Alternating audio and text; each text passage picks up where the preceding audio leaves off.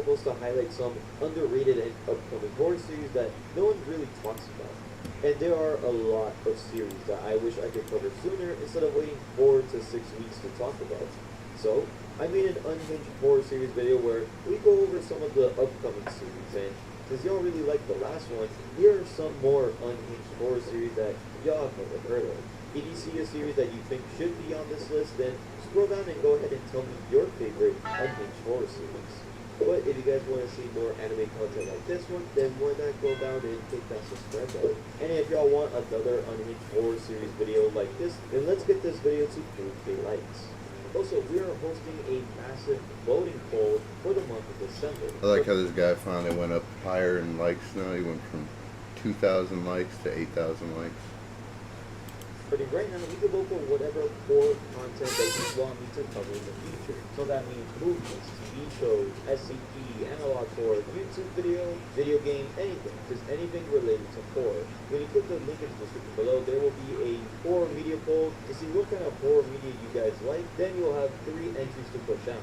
However, the last 2 are optional. You don't have to put anything in there. So for example, entry number 1 could be Smile 2, and that will count as a whole vote. And then your entry number 2 could be Five Nights at Freddy's, and that will count as half of the vote. The winner will be announced on New Year's Day, January 1st, 2025. And you have all of December to vote, so go ahead.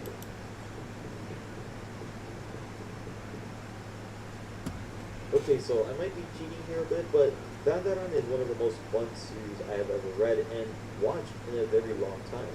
It has an amazing blend of comedy, action, school life drama, and of course, the scary imagery and moments. For those of you who have never heard of this series, it's about Momo Asae and Okaru striking up a unique friendship over ghosts and aliens. However, Asae doesn't believe in aliens and Okaru doesn't believe in ghosts, so they both go out to try to prove each other wrong.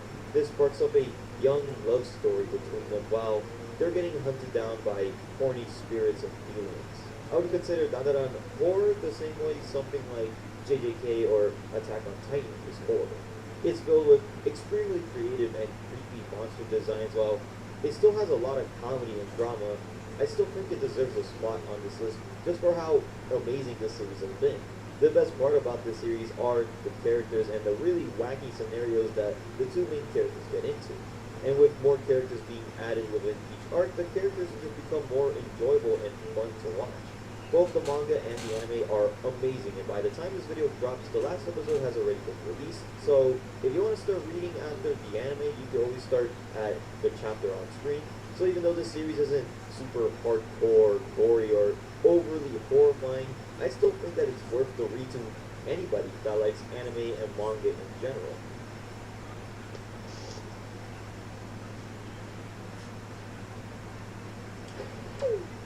After God is an action-packed horror series about Japan getting invaded by gods.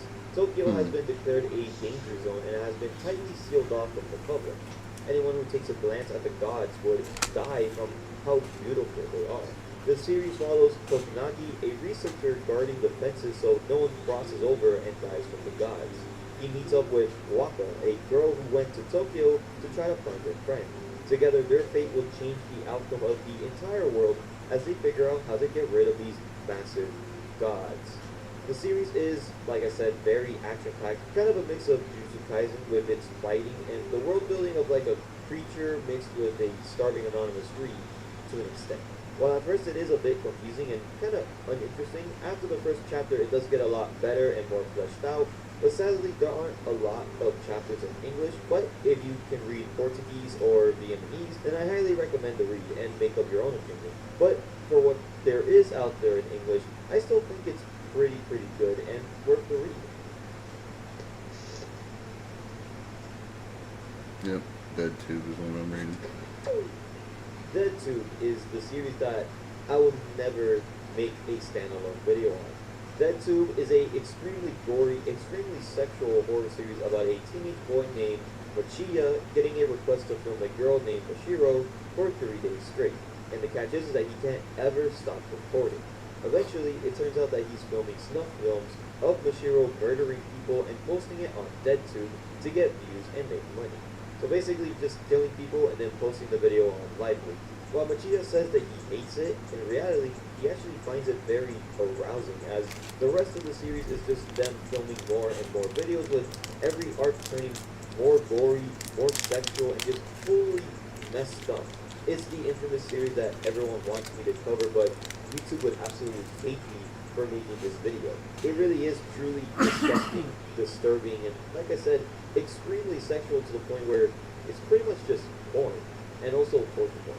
The series is not for the faint of heart, and it is one of those series that I kind of actually regret reading because of how messed up and so sexual it is.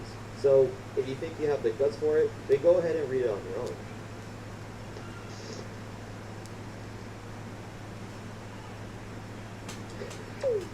Omori is well known as the popular psychological horror game from 2020. The manga adaptation with the same name is made by No Kononito and the game company Omocat.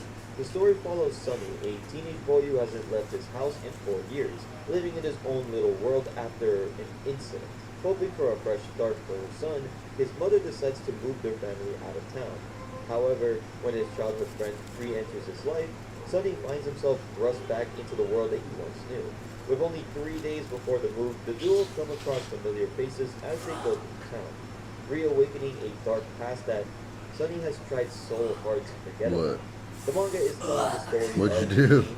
I haven't really finished the game. Gotta go to work? The manga does start off differently and follows the narrative more straightforward compared to It's the like I game. gotta do shit. I will say that the video game is a I lot don't want better to just fucking due go to to work today, creaminess man. and interactive Feel aspects that. I'm of gonna it. stay home and However, bake the manga cookies. has some Right. beautiful art, some really That's from Space beautiful Jam, and of I course a think. tragic story that keeps us at the edge of our seats. Daffy Duck If got you've all never fucked played the up. game before, I highly recommend both the game and the manga. And if you've already played the game, I also highly recommend the manga to just see a really cool perspective on this story.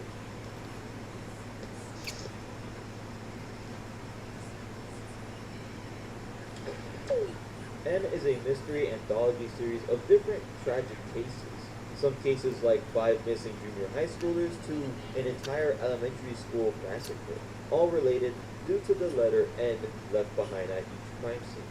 An urban legend circulates suggesting that the N is related to a religious group thought to have collapsed 2,000 years ago. But what does the N actually mean? I love this series. It reminds me a lot of PTSD Radio, not just because it's an anthology series, but also with its religious themes and really, really creepy imagery. It's not a series that revolves around a set of characters like Scooby-Doo, but instead revolving around a religious group that prays to this evil god. It's an interesting mystery, and seeing how all of the chapters kind of connect in a way is really, really cool. They do have some cool spirit designs, but most of the horror isn't even from monsters or gods, but just the messed up situations that are happening. It only has 9 chapters out right now, and since each chapter are named after letters, I'm guessing there's going to be around 25 to 26 chapters, so it's best to catch this series while it's still young. And speaking of anthology series,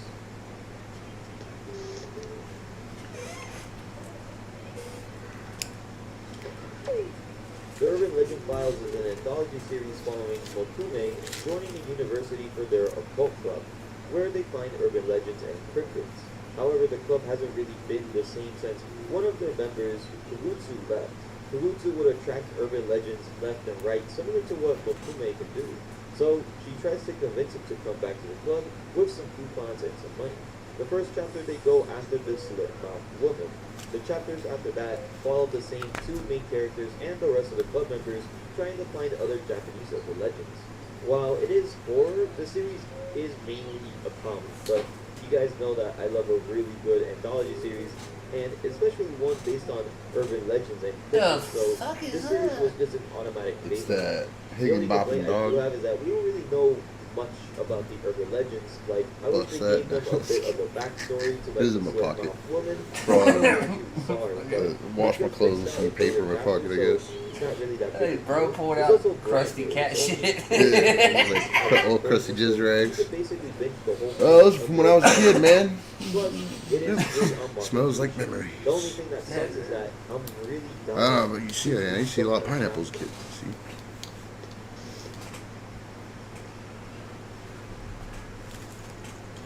H.P. Lovecraft is without a doubt, the most influential but also genre-defining authors in the horror scene. Edgar Allan Poe was the master of building up suspense and scares, but H.P. Lovecraft was just the master of unhinged, terrifying monsters and lore, focusing on the weird, unexplained phenomenon that seems so far-fetched and out of this world, mainly about human beings subjected to powerful cosmic beings. His concepts became so unhinged, similar works would be considered Lovecraftian horror. While many knew his name and the creatures that he created, not a lot of people actually read his work, let alone even tried to imagine what his work was like. So, in 2005, Go Tanabe was introduced to H.P. Lovecraft's Call of Cthulhu, and by 2007, adapted one of his stories into manga. His career became known for adapting and drawing most of H.P. Lovecraft's work and showing the new generation the insane mind of Lovecraft through manga. Stories like The Shadow over Innsmouth, At the Mountains of Madness, and Lovecraft's most famous work, The Call of Cthulhu. His art is amazing, the dialogue is in both English, and the designs of the characters and monsters are really, really well done. While Tanabe doesn't just adapt Lovecraft stories, he's well known for it, and I would love to read more of his work. Maybe later in 2025, we'll be covering one of these series.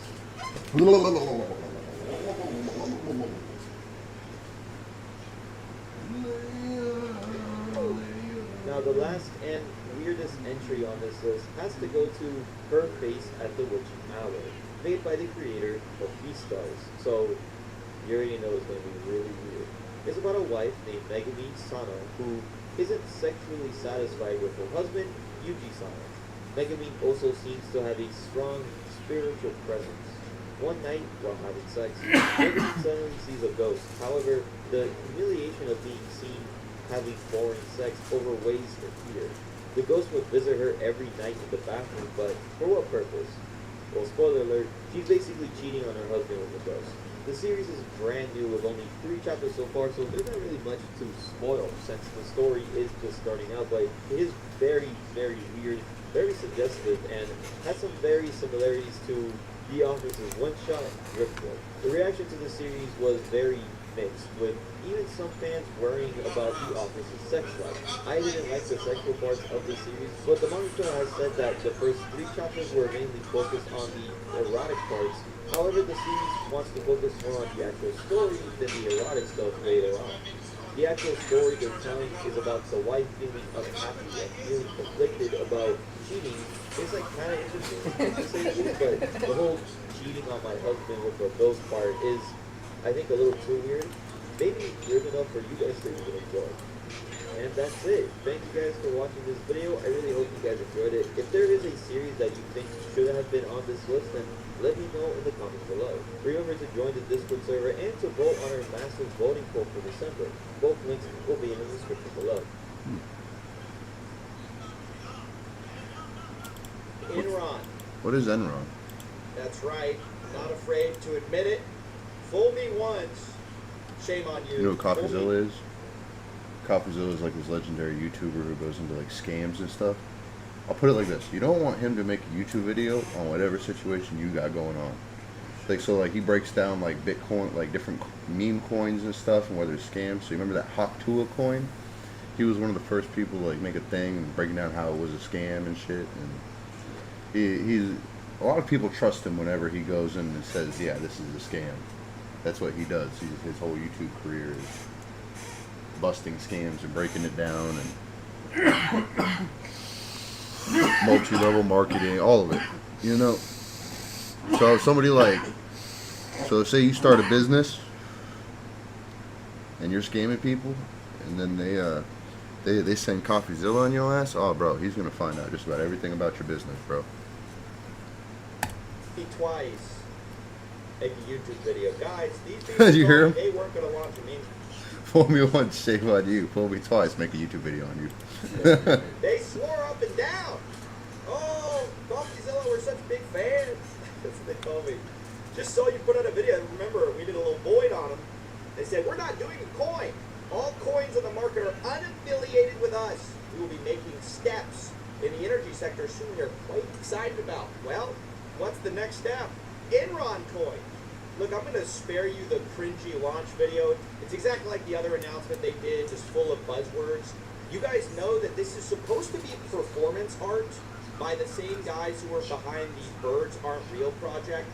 The distinction is that was a project mocking conspiracy like theorists and trying to make like a semi-plausible thing that you can't disprove, like birds aren't real, haha, very funny. The United States government killed all real birds and replaced them with drones that spy on us. The same guy, Connor Gatos, decided to come out with Enron coin. Hi, I'm Connor, and 4 years ago I purchased Enron for $275. Where I guess he's parodying scammers, but in the process he's also scamming. This goes back to what we long talked In the about, process is all which that scamming. You can't ironically scam people. It just is scamming. It's the same exact thing. We saw this with the Boogie 2988 meme coin, where he's like, hey, I'm ironically copying Andrew Tate. I'm ironically doing the same thing. He did daddy token, scam people. I'm doing fatty token. What's the joke? Like, what's the funny thing? Insiders will still grift. Insiders will still scam people. Where's the joke? Oh, you got us. So, obviously, look, I want to talk about this, but let's just hit the highlights right now. The top snipers of this coin have already made $5 million and $4 million respectively on this coin. The coin's down something like 80% from launch. It's a complete disaster, and of course, I could have told you this was going to happen. Anyone could have told you this was going to happen. Meanwhile, the Enron team is sort of in panic mode because they put out their things. They saved 90% of the tokens for themselves and put 10% of the liquidity pool. That's worse than even Trump coin. A 7-day locked liquidity, which they've had to walk back because they're getting mocked by everyone. Like, everyone sees through this whole, like, oh, it's a joke, guys. It's bye. It's a joke. Like, make snipers $8 million as a joke, as a meme. Here they have put up, oh, we had feedback about a 7-day lockup. We hear you. We've updated it to 6 months, followed by a 12-month linear vest. That represents our long-term commitment. And then here's the thing they all say. Unfortunately, snipers got in early. Unfortunately, they're gone now forever. Says who? I love that. That's what the hot people did too. They're like, hey, snipers got us. We could have predicted they were going to get us and take people's money, but they got us. Now they're gone forever.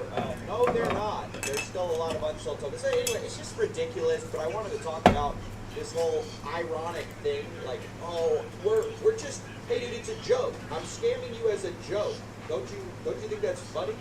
Don't you think that's really great? A great meme?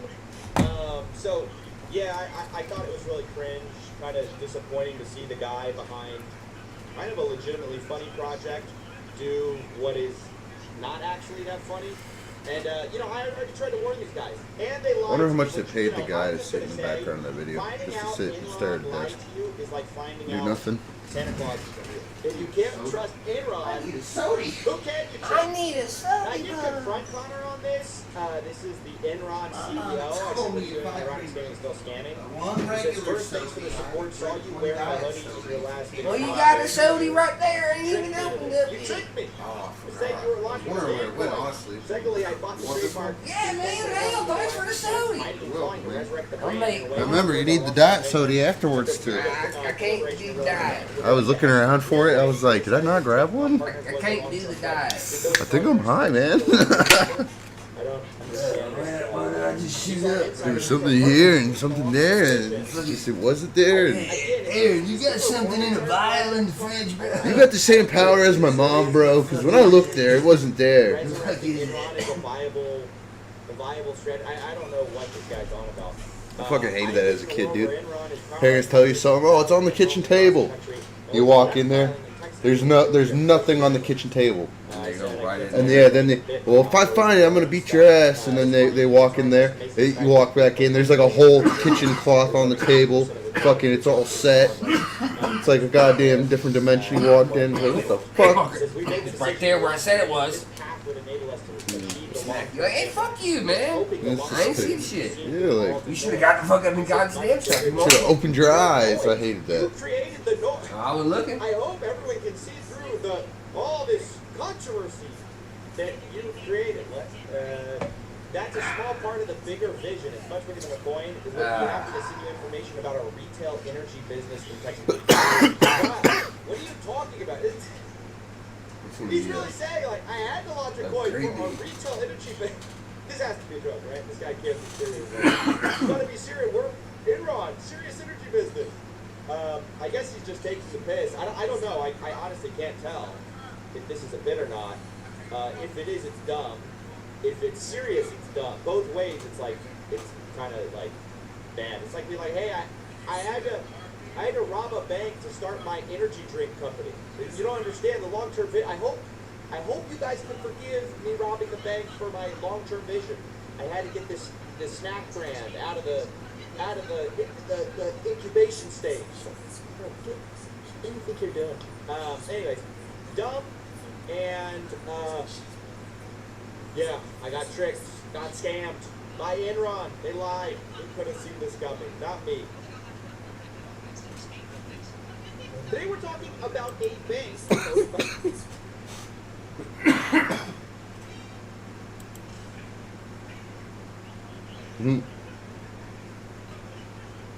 The dark side of Pornhub.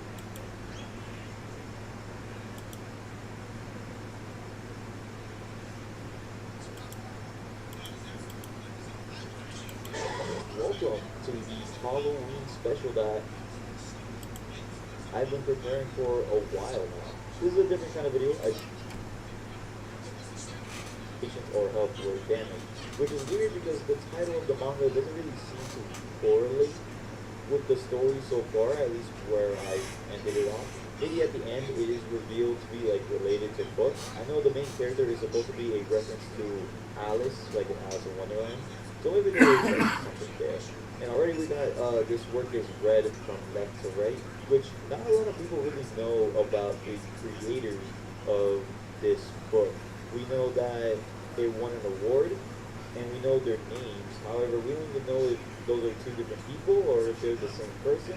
We don't even know if they're Japanese. Since we're reading it left to right, I doubt they're Japanese. They might be Westerners. They might be like from the United States. They might be from Europe. We don't know. So already we are in a dystopian-looking city with a like mushroom cloud in the background, and it says, "I heard a loud sound. I opened my eyes. It would seem the sturdy coffin that sealed me has been broken. Did someone do it on purpose, or was it an act of nature? I'll leave this coffin and fill my belly for the first time in a while." You see a giant like egg-like building with like a giant hole on the side of it. I'm guessing there's also a picture of like a tank, so I'm guessing the tank either blew it up or the egg or whatever is inside the egg actually blew the hole open. We don't know yet. As we see, like something is like coming out. I'm guessing that is from the like egg. And then we see a bunch of people panicking, and it says, "I'll eat without thinking of anything. I'll eat." And then we see a little boy staring at the shadow, and it says that it's a snake. We see people running around in the dystopian city, very panicked. A lot of people are calling it a monster. That monster ate them all. And then we see that the snake that was supposedly following says, "Eat, eat, and eat. It is, after all, my only happiness." And we get this cool shot of these two strangers stared at by these two giant eyes. And then we see a bunch of ruined like ships, warships, planes as well, all distorted, but it's also like weirdly modified. It looks super, super cool. And then we also see the title Bibliomaniac.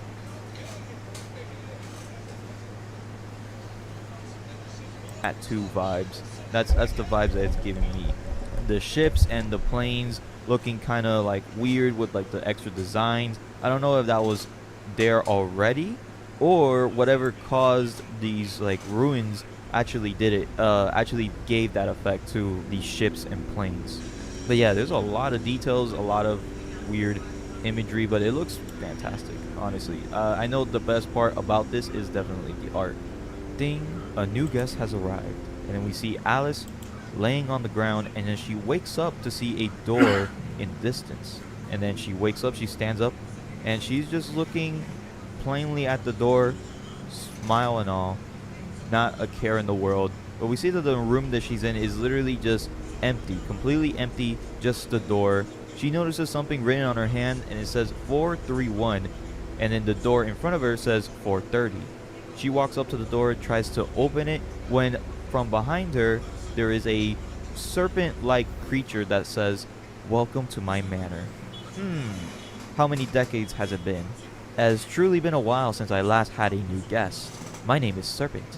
My little guest number 431. What is your name? She responds with, "I'm Alice." As he snaps his fingers. Well then, Alice, please make yourself at home in this room.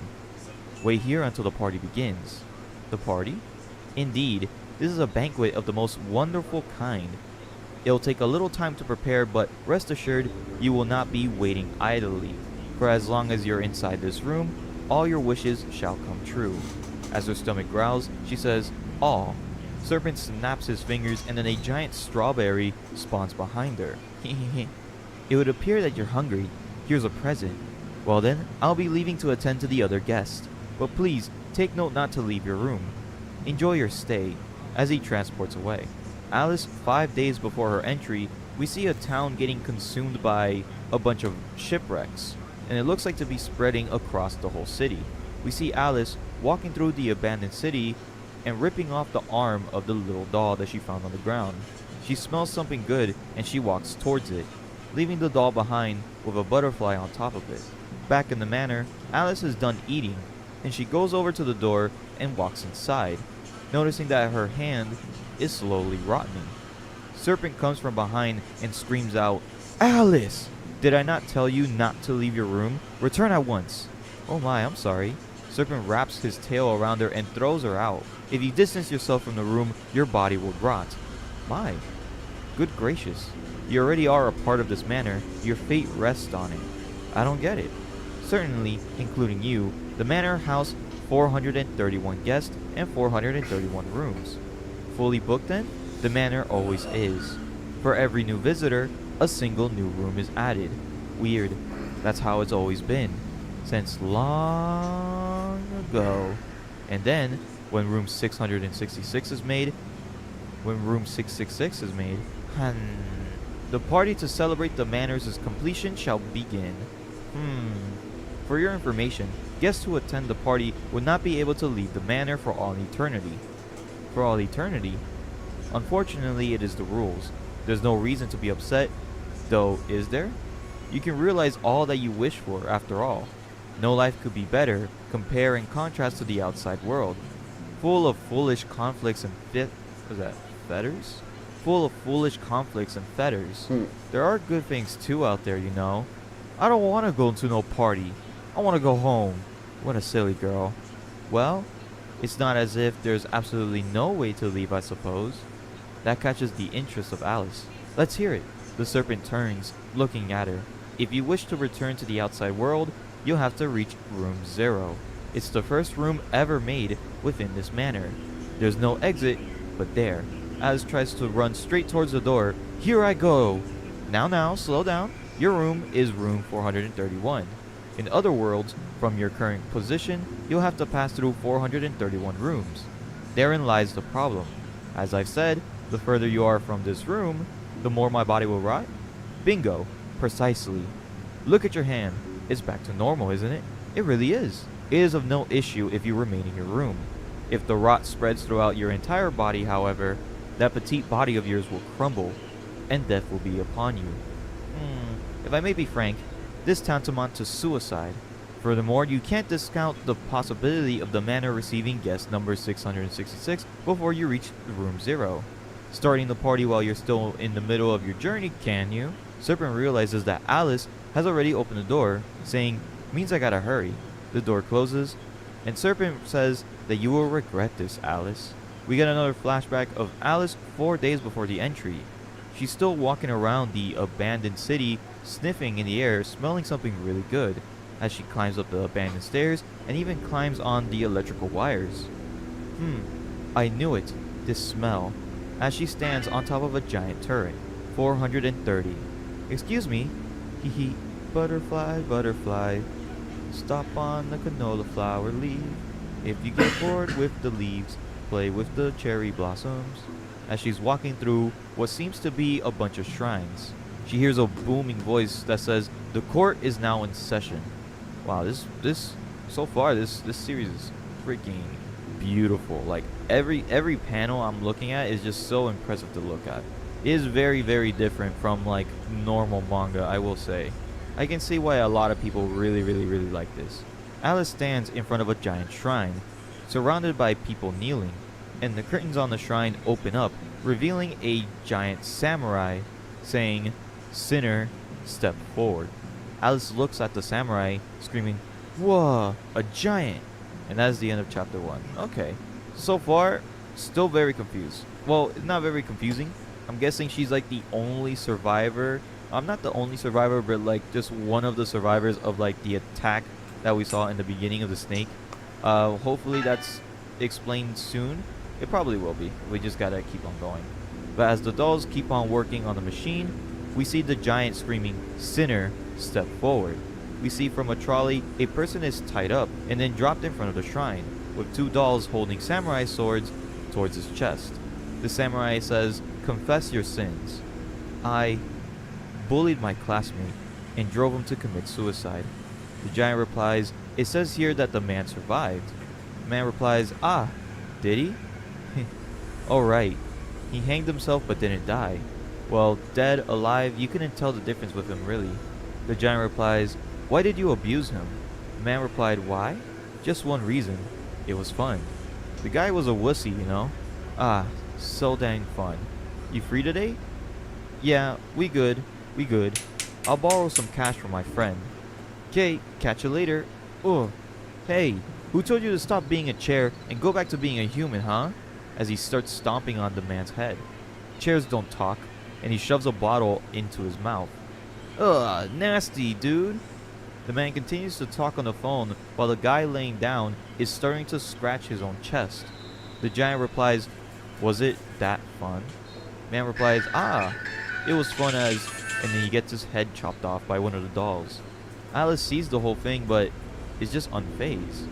Then suddenly, Serpent comes from behind and wraps her around his tail. Children really shouldn't be seeing this, and the man's head starts to engulf in flames. The giant repeats, "Next sinner, step forward." Another man is dropped in front of the shrine. Serpent then explains, "This guest, you see, ever since he came to the manor, he's been killing the same person over and over again." The giant gets angry, saying that he is not a chair, and the dolls begin to chop off a bunch of heads of the same guy. The samurai starts cursing him out, saying, "It was fun? You think it was fun for me? How about you be my chair?" The serpent replies, "Year after year, surrounded by soldiers in possession of unquestioning loyalty." As we see the dolls become more demented, surrounding itself around Alice, but Alice doesn't seem to care really. The giant starts speaking again. "No, not just him. Those guys who just sat there and watched too. Those useless teachers. All of you. You're dead meat." Serpent starts calling for Alice and wraps Alice up again, and they begin to run away to the next room, saying, "This room's quite a bit dangerous." The samurai gets mad, saying, "No matter how many heads you have, it'll never be enough for my chair," as he starts swinging towards Serpent. Serpent tells Alice to go to the next room or back, but just get a move on. The samurai gets even more angry, screaming out, "Never!" Serpent repeats again, "I suggest you leave this room." Alice then smiles and just says, "Probably should," as she walks out to the next room. That is chapter 2. Okay, it's pretty interesting. Every room, the person that's in, or like the visitor, gets like a wish, and then their wish just basically, we get another flashback of Alice 3 days before the entry, singing, "Where are you? Where are you?" And she starts sniffing the ocean. We see her sliding down, getting closer to the ocean, saying, "It's close." We go back to the manor, now in room 413. As she sings, "On the blossom of the cherry blossoms," she gets caught off guard and slips, saying, "Whoa, my oh my, ugh." She lets go of the handle and she starts falling, saying, "I'm falling into the sky?" She lands and Serpent is right next to her, laughing. "Are you alright, Alice?" She asks, "What is this room?" Serpent replies, the occupant of this room wished to become a bird. As we see a beautiful, bro, this panel is so beautiful. It's like, look at how much the detail on the bird is. Also very disturbing. It is very, very disturbing. Also, what are they flying through? Are they flying through like the ocean? What is that background? But Serpent explains, to be free from the meaningless borders drawn across the ground, to be free from the unsightly conflicts of man, that was her wish. That's crazy. This is like the Eren Yeager thing where he just becomes a bird. I guess that's spoilers for people who haven't watched Attack on Titan, but yeah. She just wanted freedom, guys. She just wanted freedom. She soars the heavens every day, forgetting the fact that she was once human. Alice, do you truly wish to return to the outside world? She replies, you bet, as her arm is starting to rot even more. The system forbids me from leaving the manor. In other words, I have never beheld reality. Listening to the wishes of my guest made me think that for you humans to leave this manor is to let go of great happiness. Alice replies, that might be true. Even so, what I want isn't some world of lies that I made myself, but to experience the itty-bitty happiness of the real world. Alice is getting closer to the tail, and she leaps off, saying, I hate lies. As she falls, she lands on a feather, laughing. When she reaches the moon, she sees the door, saying, see you later. Serpent replied, stubborn child. Flashback to 2 days until the entry. Alice is walking by the ocean, sniffing again, as we see debris of turrets in the background. She walks by a bunch of shipwrecks, saying, should be around here though.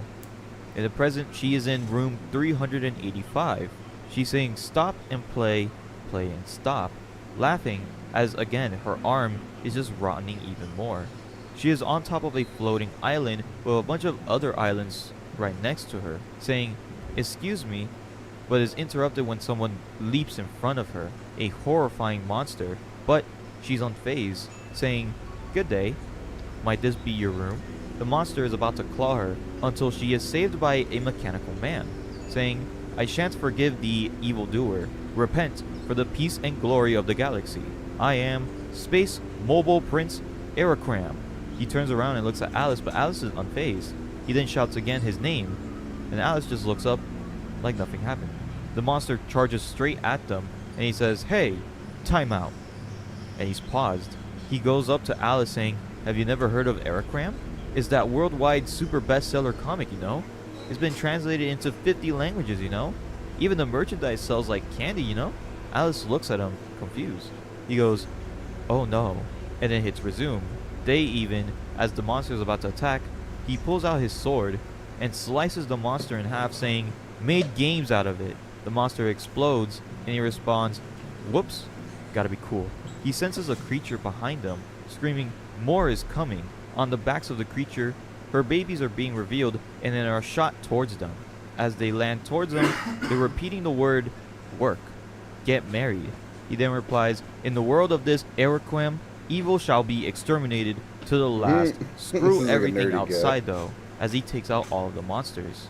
Out of nowhere, girls in bikinis start coming out, screaming for his name, as Alice just looks and says, so cliche. A horrifying monster is laughing at him, saying, not bad at all. However, this is the day I reduce the galaxy into space dust. Erakram responds, that voice, shooting star, sorcerer noble. How do I pronounce this name, bro? I don't know how to pronounce this name. Tazriscal? Tazriscal? Sure, let's go with Tazriscal. Tazriscal has a freaking crazy art design too. Look at that. That's insane. This is something like Guillermo del Toro would do, low-key. Erakram replies, in your dreams. Suit swap, as we see that he's actually an obese man, and he switches his armor to have a blaster like Mega Man. Alice says, you're not exactly young, are you? The monster replies, you can't even handle the words of a little girl. My pathetic son, leave your room, work, get married. Erakram says, don't look at me, don't laugh at me, accept me, as he shoots his blaster towards the monster. The monster explodes, revealing the door, as more bikini girls start running towards Erakram. While the hero is getting smooched, Alice runs to the door, saying, I'm out of here. And that's the next chapter. Dang. Okay, that That last chapter was not subtle at all. We flash back to Alice one day before entry, as she has finally found the smell that she's been looking for. A book covered up in chains, saying, "There you are." In room 366, she meets a smoking man and says, "What happened to you, Missy?" And she replies, "Smokey."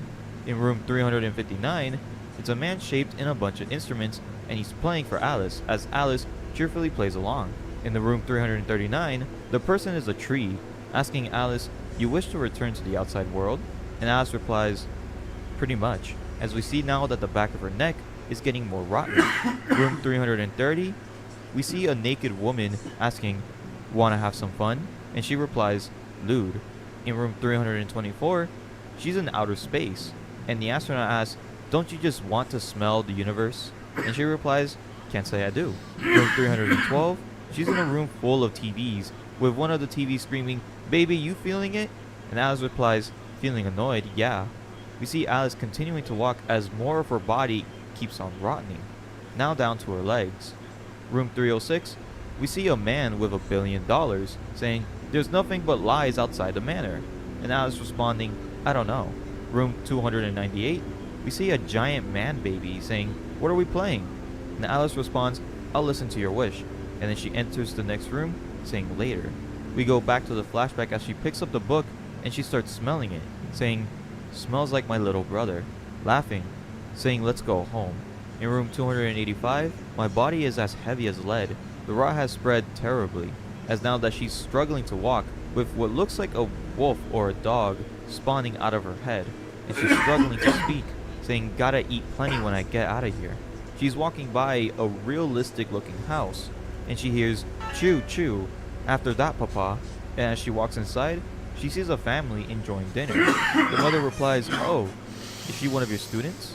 And the father replies, "No, I've never seen her before." "Who might you be?" Alice replies, "Could you be wishing for a life in the outside world? Would you like to go with me to room 0? As the man is looking angrily at her, he slams the table, saying, You barged into my house and then you sprout this nonsense? Get out or I'll call the police." "Damn brat." She replies, "Oh my." The serpent then appears, saying, "You made it rather far, Alice." My, I see that the desire poison is spreading throughout your body. Anyhow, this guest will never respond favorably to your invitation, as we see the father talk to the boy saying, "Don't leave any on your plate." And he responds, "Yes, papa." The serpent then says he does not wish to live in the outside world. And Alice says, "I figured, yeah." He was a teacher. He spent his days teaching logic and ethics to children so that they would grow up to be good adults. His family, however, was far from the ideal he preached. It appeared that his wife grew distant and his child errant, stuck between his inapplicable doctrines. We see a little girl responding, "And you? Are you a good man?" Serpent continues saying, "And the unbearable reality he suffered," as we see a bunch of alcoholic beverages on the ground. As he's drinking his sorrows away from his family leaving him, he sees the family come back, but the boy withers away. As Serpent says, time was to blame for it. The curse called time, laid to waste their love. We then see the father grabbing a clock and just smashing it on the ground, smashing anything related to time. And the man grew insane, turning whatever rubble from the clocks into food, telling his son, "Don't leave any on your plate," and him responding, "Yes, papa." Serpent then continues saying, "This is a place without time," as the family are starting to chew, but demonically. A place where reality never betrays the ideal. A place where you can live your perfect life. As we see a scary image of the father chewing on the mechanical pieces of the clock. Alice replies, "You call this life? You call this living?" The serpent responds, "If nothing else, he does." And Alice walks into the next room. Ooh, some deep stuff. Yeah. That was a pretty good chapter, low-key. It's kind of like what I said. Even though they get everything they wish for, they're still, like, being punished. Because they're getting reminded of their trauma, even though they're just trying to escape. So, from what I'm getting at now, is that this is hell. The references are all there. The manor will be complete once there's 666. That's the number of the devil, you know. So, I'm guessing the manor is just hell, and the serpent is the devil. The serpent is just trying to get Alice to stay in hell, not having her leave, tempting her with a bunch of great things. What normally the devil will do. The devil will tempt you into pleasurable, what seems like good things. That is what the devil normally does, and that is what the serpent is doing here. So it makes a lot of sense that this manor is just hell. Alright, chapter 5. Alice, 10 seconds until entry. As we see her grabbing a book, she laughs and she opens the book. Alice, 3 seconds until entry. The book starts floating and starts turning the pages rapidly. As the pages flip, we see a bunch of numbers. 2 seconds. The page opens to 431. 1 second. And we see Alice transported inside the book. We are now in room 276. Alice is barely surviving, still rotting, and still having 276 chapters to go. Someone calls her, "Young lady, why do you wish to return to the outside world?" There is nothing there.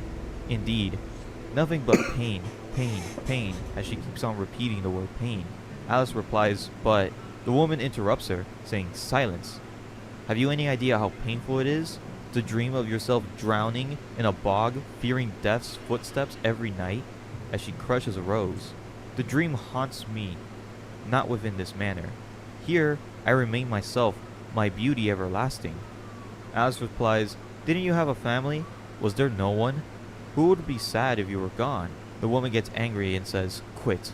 Quit your nonsense, little girl." As the beautiful young woman turns into a rotting witch. They would never be sad for me." You see the woman screaming in pain. They all must have nothing but disdain for me, whom they had to keep footing the hospital bills for. I could tell. How dare they? How dare they? I might be like this, but I'm still alive. We see the old woman walking to the forest saying, "This isn't me. I'm more beautiful, healthier," as she reaches for the noose. Before she goes for the noose, she realizes the book on the ground.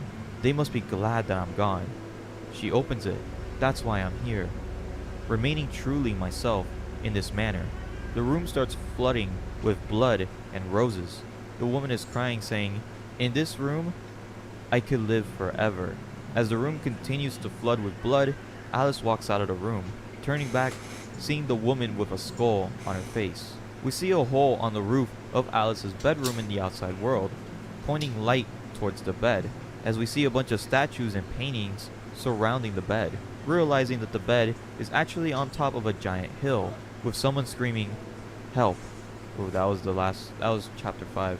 Oh, look at that guy be. What even is it? So this is obviously Alice's bed, but there's also like a bunch of like different like sculptures and paintings and like other relics. Could that just be pieces of the people that are in this manor, the people that are in hell? Maybe it could be that. That would make a lot of sense. Like all of these are like important to that person. So chapter 6. I hear the mad voices of people. I open the door and we see a grotesque, disfigured version of Alice. Yo, that bottom panel right here looks so sick. What? That is actually awesome. The amount of detail on that is crazy. But now, she's on chapter 268. Oh yeah, I forgot to talk about that. The freaking chapters. So yeah, the hell she's in is a book, and all the rooms are just page numbers. That's actually kind of cool. That's pretty cool. The whole world that she's in is a book. That's kind of sick. I like that. I like that little detail. We see Alice again struggling to walk on thin pieces of paper, walking towards Serpent at the end. Serpent says, "Just like you, the occupant of this room once sought to reach room 0. Or should I say, page 0, as he starts laughing. This is all that remains of him. All of those pieces of paper are just the last guy, trying to reach room 0. So this technically isn't this guy's room.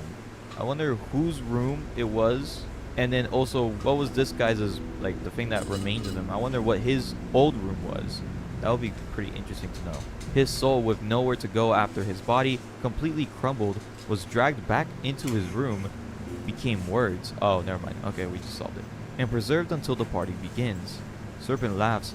Is he not pitiful? His memories, emotions, all reduced to this? Whoa, this is sick. Hold on. Serpent tempts her again. Return to your room, Alice. You don't want to end up like this, do you? Alice continues to walk towards the next room, with the serpent saying, Alice, what is it that drives you so? What is it that you desire in the outside world? Good gracious. Foolish child. She has no idea that page 0 is made to be unreachable. Still, I suppose you could say that her foolishness is proof of her humanity. The book requires 235 more people for it to be complete. Just how long would it take? I've had enough of this.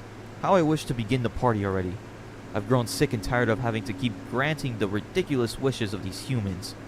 And then, I must bring them also. They will listen to my voice. As he laughs away, we see a bunch of people tied up on a bunch of poles saying, "It's coming. Help, it's coming. The beast is coming." On page 255, Alice wakes up inside of a giant glass dome. She's back to normal, and we see a scientist examining her. As he presses a red button, she gets out through a slide. The doctor says, "Thanks to you, I've got some great data now. I've been researching the book ever since I've entered it. I've never encountered anything more fascinating than this. I've cloned myself and from every angle been inspecting, analyzing the book. There's so much data to process after all." As we see a giant laboratory filled with data and clones of the doctor. "I found you collapsed at the entrance. You are at death's door. I've injected you with a drug I've developed. It suppresses the rot temporarily. Awesome, isn't it?" "Awesome, aren't I?" "Too bad it only works once. Disappointed?" "Hey, disappointed aren't you?" As they surround Alice. "As a token of apology, I'll tell you the secret of this book we're all trapped in. Oi! Time to work." As we see one of the clones' brains hops around like a dog. The dog starts running around Alice, and the doctor tells the dog to calm down. "We're starting." The dog brain turns into a projector, and the doctor explains, when this manner, or rather, this book, consumes 666 people, it will bind all of its flesh and souls together, merging it into one being of immense power. That's the party the serpent speaks of. For every wish granted to one the book has consumed, its magic drives their heart matter, and they grow ever distant to their neighbors and the outside world. It makes it stay in their rooms, and rots away the very desire to escape. And that's not all.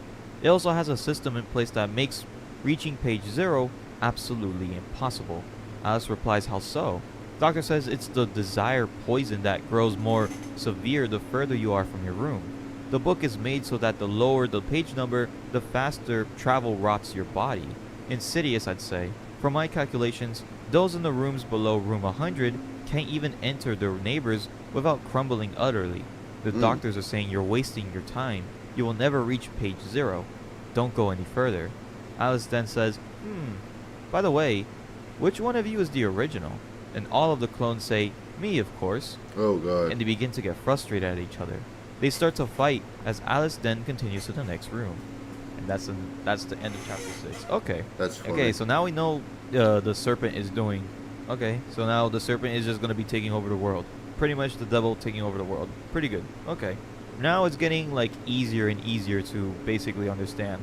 And I'm guessing the reason why Alice is so desperate to go back is because she misses her brother, or she thinks she can find her brother, which is a good desire. You know, it's a good reason to go all the way back. I think that's the reason. I don't know. We'll have to see. On page 254, a man growing from the forehead of another man says, "I should have never been born as a human. Oh God, who declares me innocent." As Alice just runs away singing, "Gotta hurry, gotta hurry."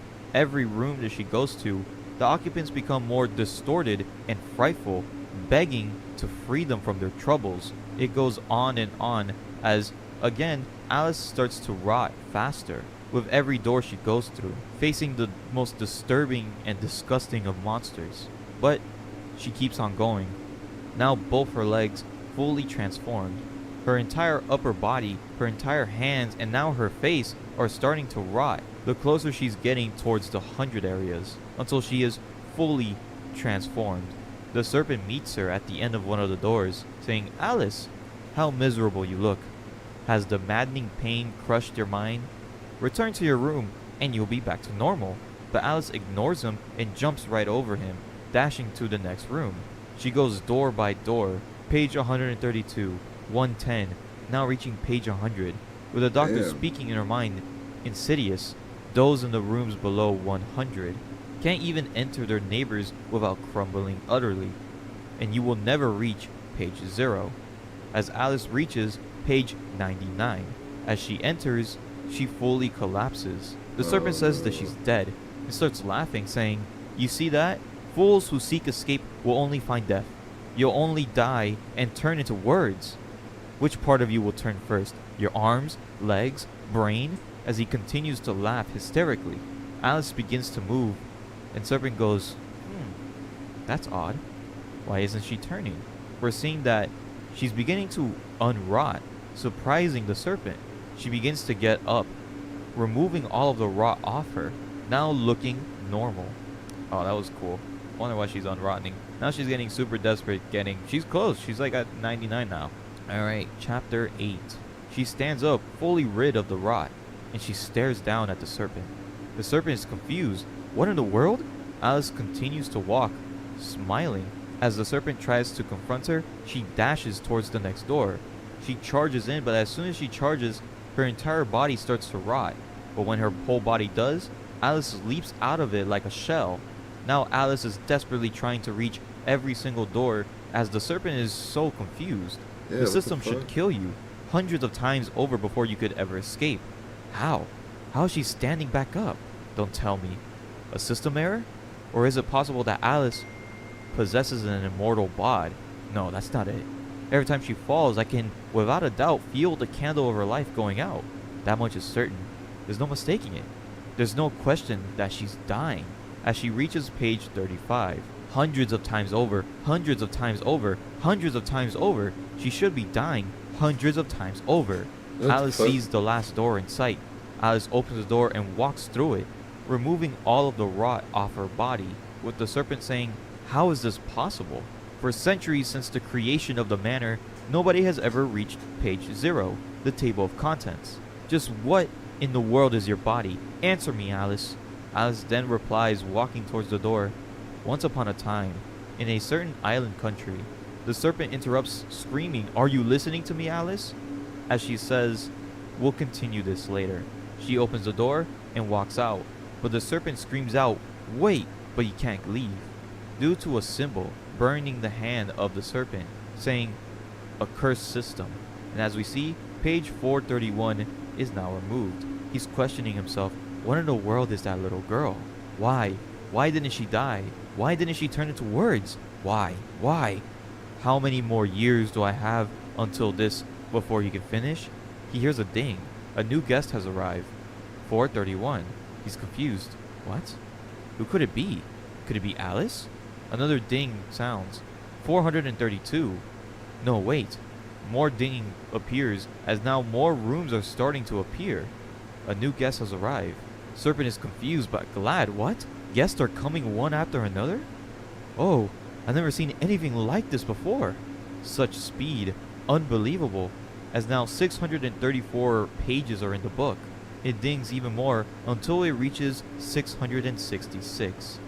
The serpent stares, and now the manor is complete. Oh, that's a really cool picture of the freaking serpent. That looks Fuck. crazy. Okay, that's wild. Alright. I always saw from the text bubble that it said it would, like there was like an unforgiving princess or something, so I'm guessing Alice is like a princess from like a different island, I guess. Also, what did Alice do to like complete the book? I mean, her goal wasn't to... It makes sense because her goal was chapter 9. We're like 3 chapters away, I think. No, 4 chapters plus this one. Okay. The long wait is over at last, says the serpent. At last, at last, at last, the party shall begin. I will at last obtain life, as all of the buttons start merging onto the serpent. We Sorry. see in page 666 a man waking up, and he sees Serpent coming out of the room with his new body. The man is confused, but then we see Serpent charging straight at the man, Huh. consuming him. And as he finishes consuming, an extra pair of arms grow. Now the serpent is going room to room, devouring people and gaining new arms. Oh, We shit. see on Alice's bed sparks of electricity coming out of the book. We see the book open up and electricity is sprouting out of the book. The entire book is shaking, but in reality, it's Serpent devouring all of the pages. Await my coming, foolish humans. I will use my power to create a world where you shall not weep. With the Serpent's new transformation, he charges straight at door 0, trying to leave the book. But as we see, the serpent bursts out through the book into the outside world. The serpent's hand reaches out and causes a massive hole in the building, his arm so long destroying another building across from it. What is that? I'm guessing it's like an egg of some kind. It could be like the serpent's egg, kind of like what we saw in the beginning. I don't know what that is.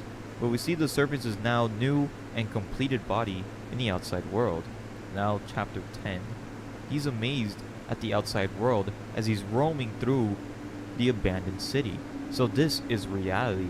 Every time he slithers and holds on to buildings, they start crushing, and he laughs, destroying all of the city. But he's questioning everything. Why? Why is there nobody here? He charges up the pages from his back, and he opens his mouth wide open for a blast. He shoots towards a bunch of buildings and destroys it all.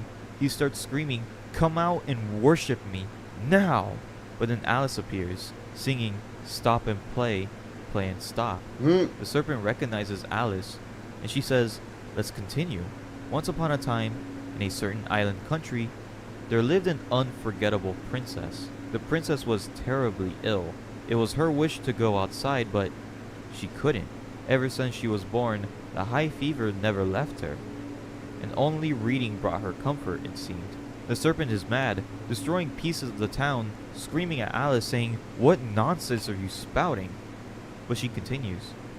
There's no telling whether it was because of her sickness or that she was simply born with it, but the princess possessed a particular memory. Once she's seen something, she can never forget it.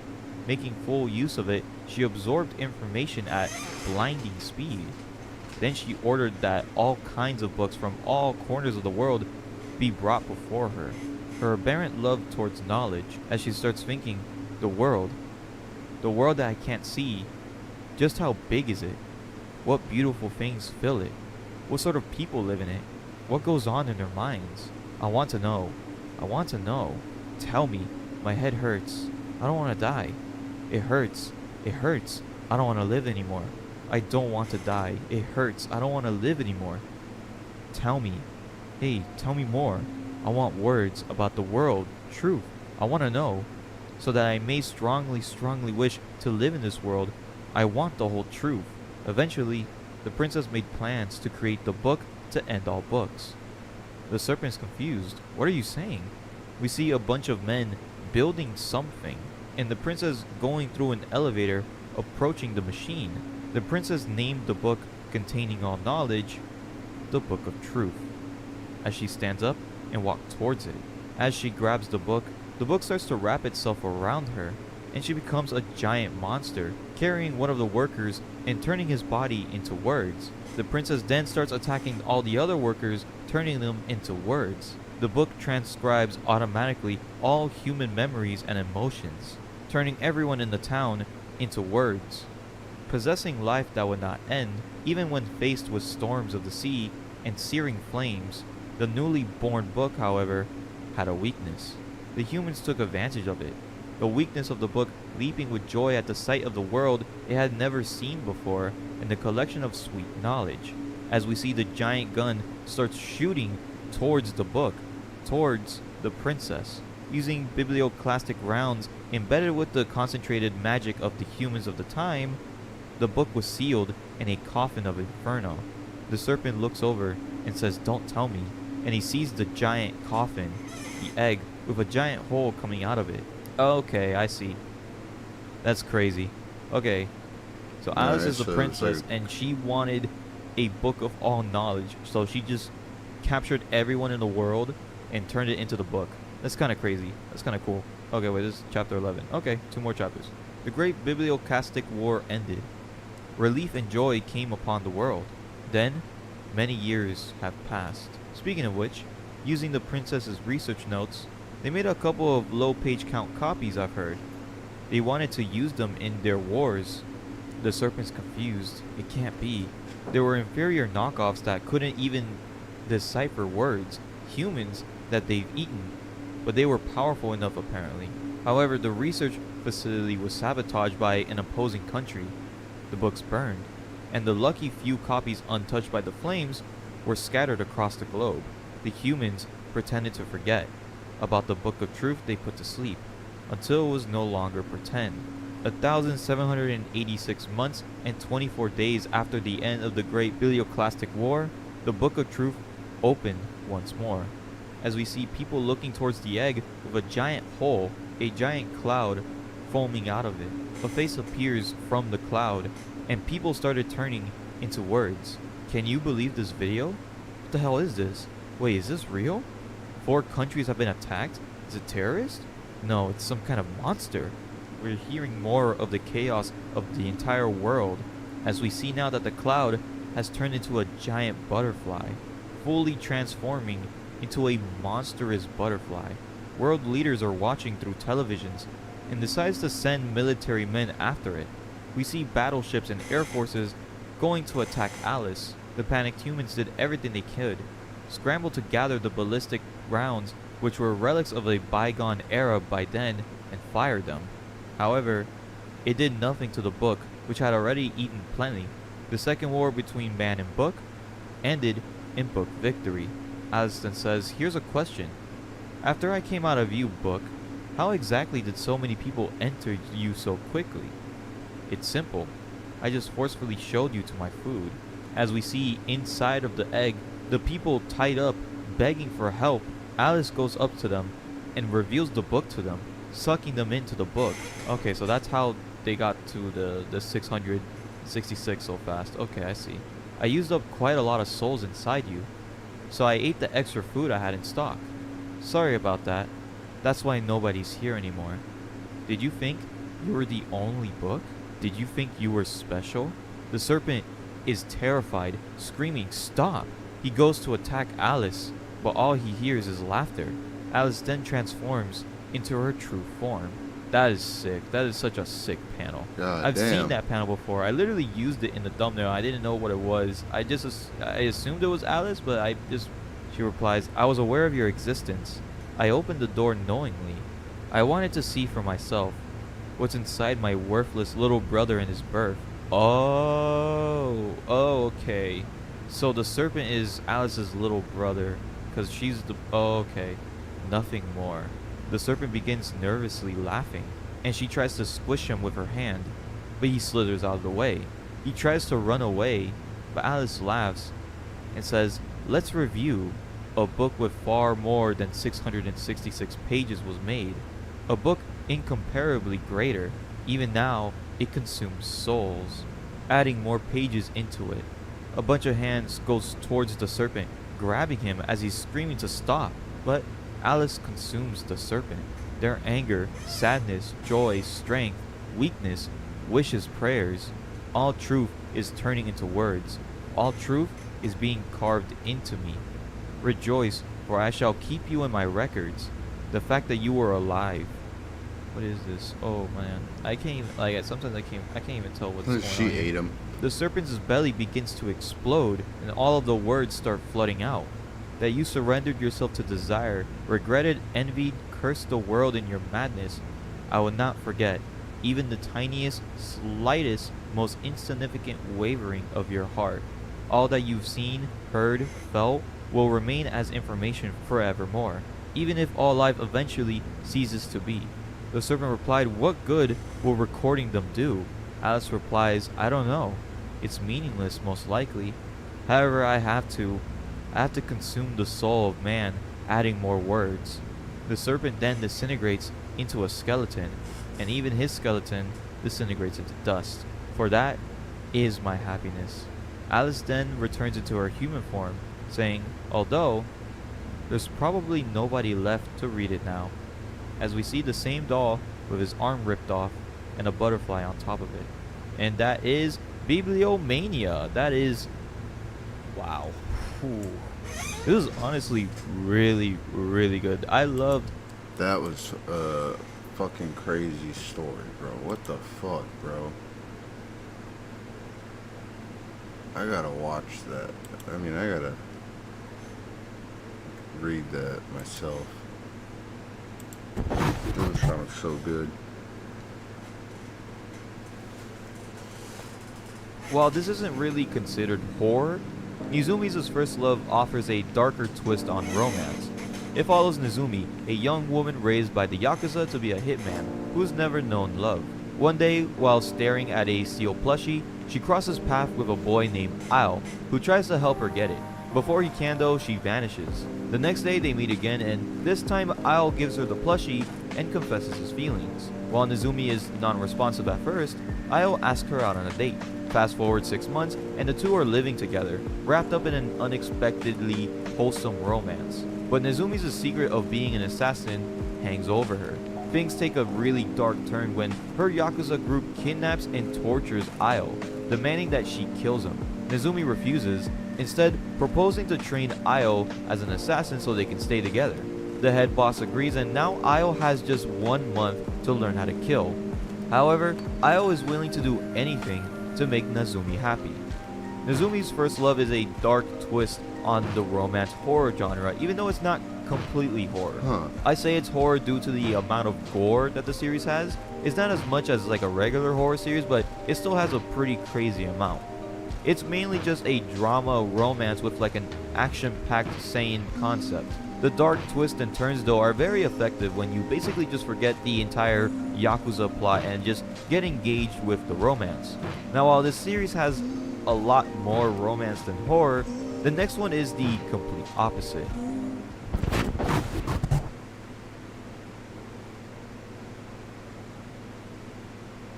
Mushihime, or Insect Princess, is a 2013 horror series that centers on a bizarre phenomenon. Ants and other insects start acting erratically in a small town.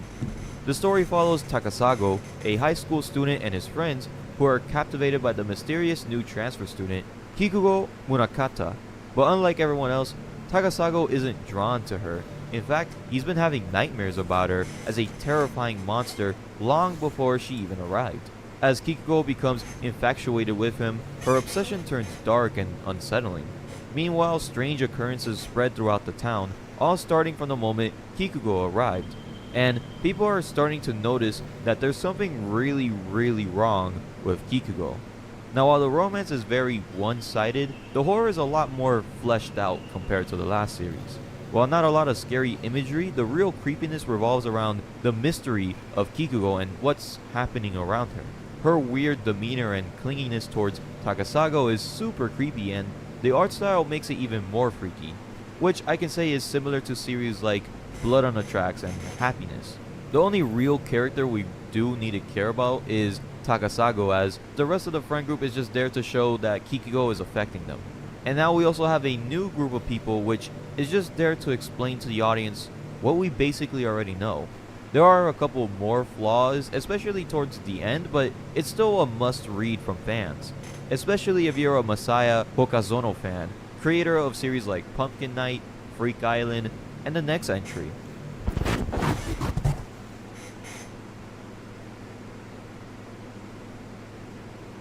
Now this entry is 3 different series, with Kuro Ion being the first in the franchise, and then 2 prequels, Aka Ion and the continuation of that prequel, Shiro Ion. Each series only has like 7 to 8 chapters, with each one being a different true story from the mangaka that gave us Pumpkin Night. Now the first series, Kuro, is more of like a PTSD radio style story, except that there's no continuations or overall story. Chapter 2, The Red Devil, has to be one of my favorite stories of the entire 3 series. 2 boys are playing poker, like regular middle schoolers do, when a red devil walks into the room holding a knife. The boy then wakes up, realizing it was all just a dream. Every day at school, the other boy, Yuchi, got filthier and filthier, eventually his flesh melting. The day they graduated, the boy was basically non-existent. He said he's going away, but will tell him the address so they can play together. The boy then wakes up again, but this time in a hospital. The police ask him what happened when they were playing at Yuchi's house. So apparently the first dream was real, except instead of a red devil, it was Yuchi's mother. She stabbed and killed Yuchi and then herself, leaving the boy in critical condition. Now Aka is similar, however in the beginning of every chapter is a circle of everyday citizens getting ready to tell the story that you're about to hear. And for Shiro, it starts every chapter with a man named Tosono speaking to somebody about all of the scary stories that he has found throughout Japan. With every chapter, Tosono gets fatter and fatter, and I won't tell you guys how it ends because it's better for you guys to just see it for yourself. But all three series are just really fun, very disturbing, and as an anthology series works pretty well, especially the two prequels. I like the idea of them being like quote unquote real stories, but some are just so ridiculous that you know it's kind of fake. But it's still a little fun to, think about. The best part about anthology series in my opinion is to find the connecting overall storyline or theme of each story. That's why Kuro isn't really one of my personal favorites to read, but it's the one with the most disturbing stories. I prefer the two prequels just because they have a connecting factor that lines up all of the stories together. However, Ihon as a franchise is definitely an underrated anthology that you must definitely read. And it's also a way different approach than what Pokozano normally does.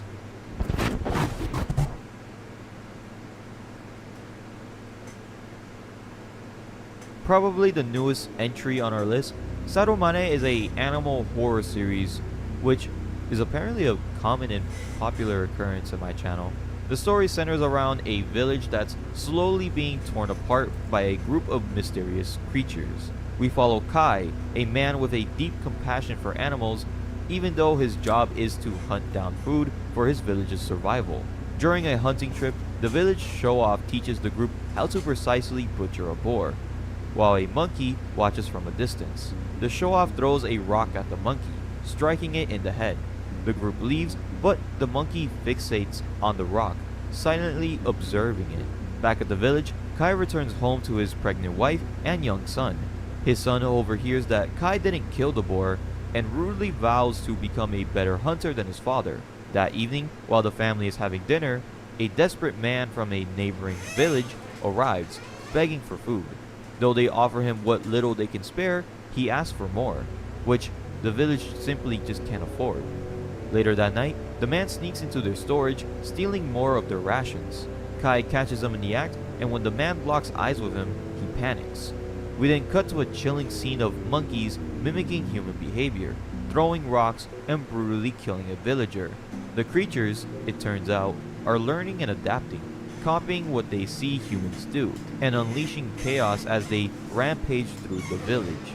Now this is a great horror concept on something so simple and random like the monkey see monkey do phrase. A warning to some, this series does have SA and fear in the second chapter, so proceed with caution, but the concept alone is a fantastic attention getter for me.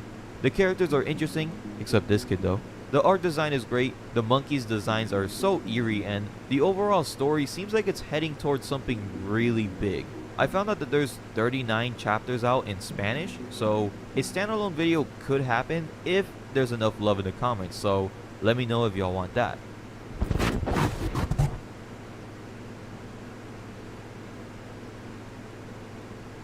Lost End stars a 40-year-old father named Kujo, who works a construction job and just wants to see his daughter. He's a caring person, and that makes him an easy target to get pushed over. He's about to get swindled by a scammer when his daughter, Yu, intervenes and stops him. As they leave and argue, they make up, and he promises to be a better father. The scammer then appears outside and takes Yu hostage, but the scammer accidentally cuts Kujo's throat, killing him and sending him to a garden of flowers. He wakes up to see other people with a woman named Timora in the center of them, being their guide of the place that they're in. Timora informs them that they've died and this is the place between the living and the dead. They can either take the Sanju River and die peacefully, or they can return to the world of the living by climbing up the peak of that mountain. But just a heads up, only one person is allowed to go back. So now it's a race back to the living with monsters and other competitors standing in Kujo's way. But he's dedicated to return and save his daughter Yu. Lost End reminds me a lot of Hell's Paradise in a weird way. Not a lot is similar, but it does give off those vibes while reading it. It definitely has a darker tone, but it's a race to get back to the human world, and since the main character is so caring towards even the worst of the worst, it's interesting to see how he makes allies, enemies, and if maybe he sacrifices himself for someone else, or if someone is going to sacrifice themselves for him. Would Kujo's nice demeanor stand when he's having to kill monsters or even other people? It's all fun to think about because you know he's going to have to deal with this stuff in the future, and I'm really excited to see how he actually reacts. So far there are only 22 chapters out, but I believe that this series has potential for being a really good death game horror series that people will be talking about in the future.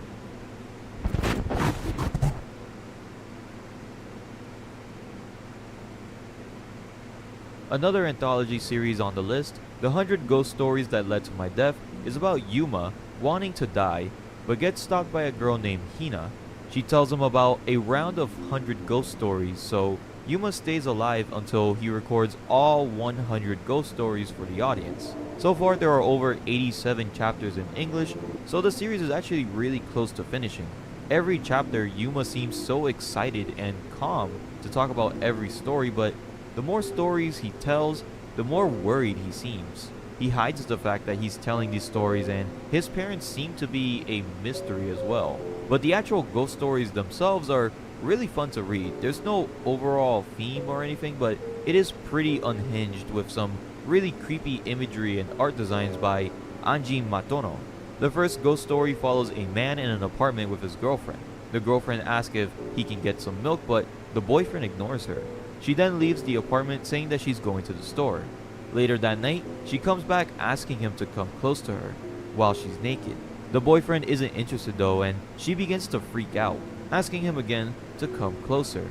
He hears the door behind him open, thinking it's his real girlfriend, but she seems really odd. He gets a phone call from the police saying that his girlfriend died in a traffic accident. The boyfriend opens the door more to see half her body decomposed. He freaks out and barricades himself in the kitchen, saying that she can't catch me here, but without him knowing that she's already inside. The stories are pretty cool, but the highlight for me is seeing the beginning creepy. and His the man ending should've just went of and each got the chapter, milk. and just seeing how Yuma is reacting to each story or situation. It's fun to speculate what's actually going on with other That's fans the of the moral of the series story too, with that but one. it's kind of interesting to see how the creepiness doesn't come from spooky, gory imagery, but the chill looking recordings that seem a little bit too normal. As he's close to reaching all 100 ghost stories, I think it's best to get a head start now.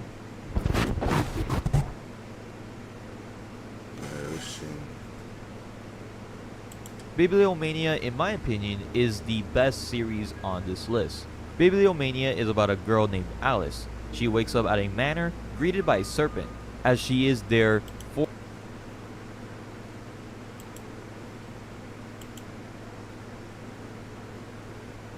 Hub start. Sure.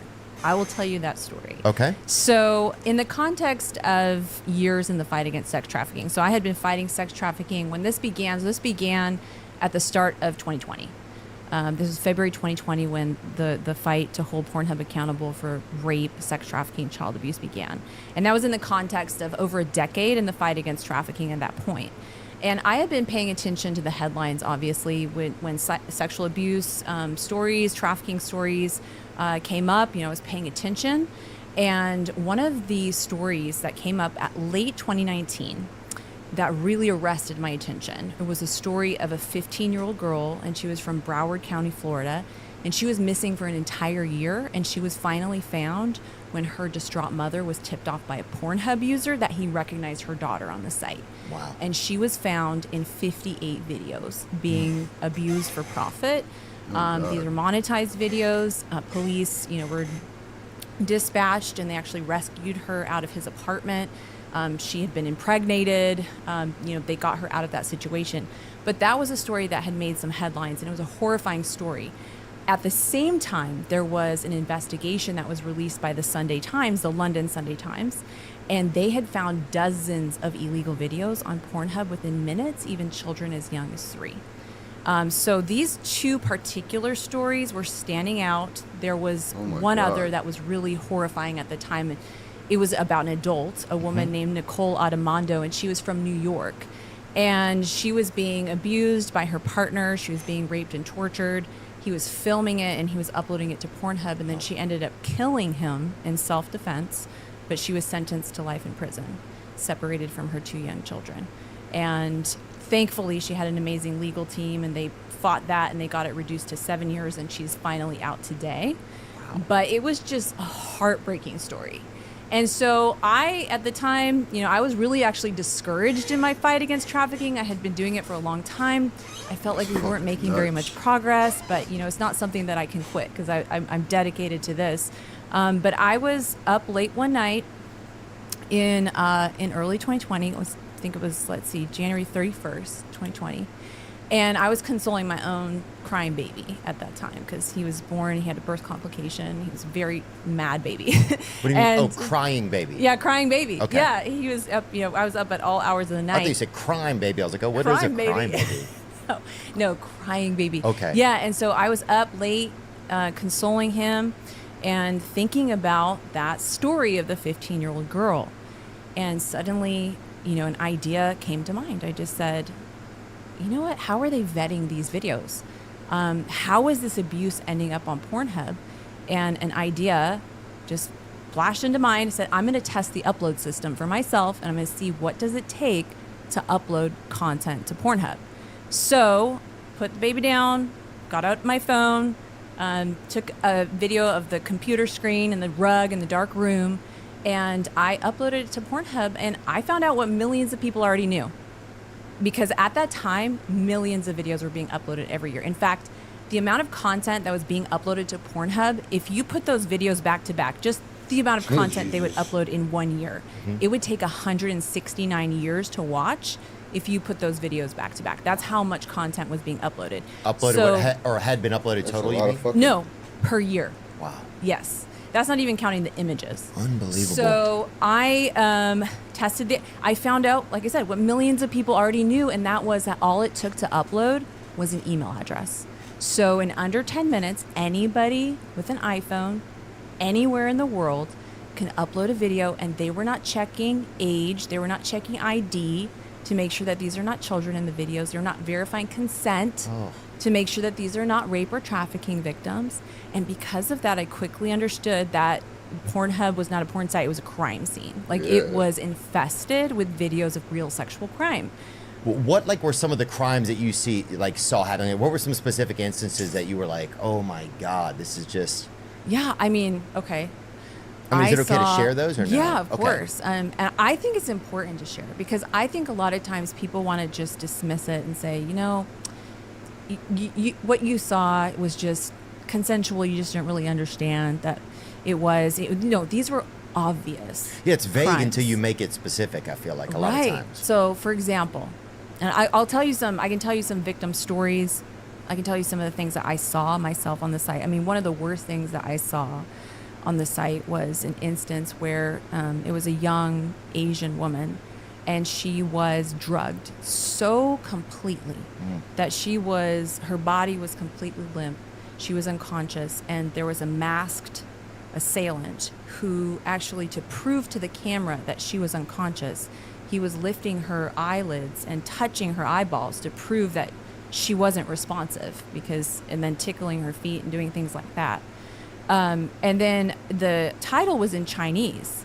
And so what I did was I took the title and I put it into Google Translate, and the title was Dead Pig Unconscious After Being Drugged. And it included eyes half open after being drugged. That was the actual title of the video. And then, of course, because there's the algorithm, right? They have set up the algorithm to make sure if you see one video like that, they're going to assume that you like that content. So then they're going to take you on a crazy rabbit hole. I call it just hellhole of rape. That's what it was. And then you go and they'll show you more and more of the same kind of thing, And so then the people would upload them and then make money off of advertising on them somehow, or who Yeah. So the ones that were making money off of this content, because this is free porn, right? Right. Free porn's not free, right? It is heavily monetized with ads. So they were selling 4.6 billion ad impressions on Pornhub every single day. So they were heavily monetizing this content. Now the people who were uploading were doing it mostly for free. 80% of people who are uploading were just doing it for social currency, like likes and clicks and comments and shares and all of that. The reason why people upload to social media. Right. Some of them were doing pay to download content where they could actually do profit sharing with Pornhub. That was happening as well. But most of the money made from free porn is actually made by the corporation running the site, right? Okay. So by the end of December 2020, so they had grown to be the 5th most visited website in the entire world. So not just porn site, website. They had 170 million visits per day, 62 billion visits per year, and like I said, enough content uploaded every year would take 169 years to watch. So they had 56 million pieces of content on the site by the end of 2020. And this was the year that Trafficking Hub movement began. So go back to the story. So I made this discovery. Oh my God. And I That's said- massive. I literally said what you just said. Oh my God. This site is infested with videos of rape, trafficking, non-consensual content. We used to call it revenge porn, but we call it image-based sexual abuse. And I have to sound the alarm on this. I have to, tell people what's going on. And so I did. The only thing that I could do at the time was I took to it was Twitter, right? At the time, Twitter. And I started to share this information, share the stories, share the what I discovered about the upload process. And in a burst of inspiration, I shared the hashtag Trafficking Hub. Per definition, so by definition, any sex act that is commercialized and it's involving a child, or any sex act that's induced by force, fraud, or coercion, and it's commercialized, so it's for profit, like it's something of value is exchanged for that sex act, it is per definition an act of trafficking. So every child being abused on Pornhub, every adult who was non-consenting, who was raped and trafficked, those are instances of trafficking. I don't think people quite understand that, but that is per international definition and domestic definition. And so that's why I launched the Trafficking Hub hashtag. And it slowly started to catch on. I had a few thousand followers on Twitter at the time, but people were horrified to find this out. Oh yeah, well I think when you hear trafficking, you kind of think like, I picture literally like a train, like people commandeered from other countries, or I guess younger people that have commandeered and kidnapped in like a train car going across the country in the night or something. Like I think of it as a more, or like people like being smuggled across the border, or I don't think of it as I guess the average person doesn't think of it in such a common kind of, I don't know if it's common is the word. I guess, yeah, the average person probably doesn't think of that it's that expansive. Right. Yeah. Well, that's the way it's portrayed in Hollywood movies, and that's the way that it happens often, right? Sometimes. But, the amount of trafficking going on, if you think about non-consensual commercialized sex acts, this is massive. That's unbelievable. Yeah. We found out that they only had one person. So they had 1,800 employees. They hired one person 5 days a week to be reviewing videos flagged by users as terms of service violations, including rape and trafficking and child abuse. One person. They had a policy where they wouldn't even review a video unless it was flagged 15 times. Now, think about this. You're a victim. Say there's a child victim like Serena. She would have to flag her video over 15 times, because it had to be over 15 for it to be reviewed, in order for that to even be put in queue for review. And they had a backlog of 706,000 videos. That were just waiting for this one person to review them? Yes. And they had, like we've discovered now in a recent filing in December of 2024, we found out specific instances of prepubescent child victims who had their videos on there for years, and they would have like 14 flags, 13 flags. And they just that was the policy. And then the CEO and the executives. All of this on Pornhub? Yes. On Pornhub. Yes.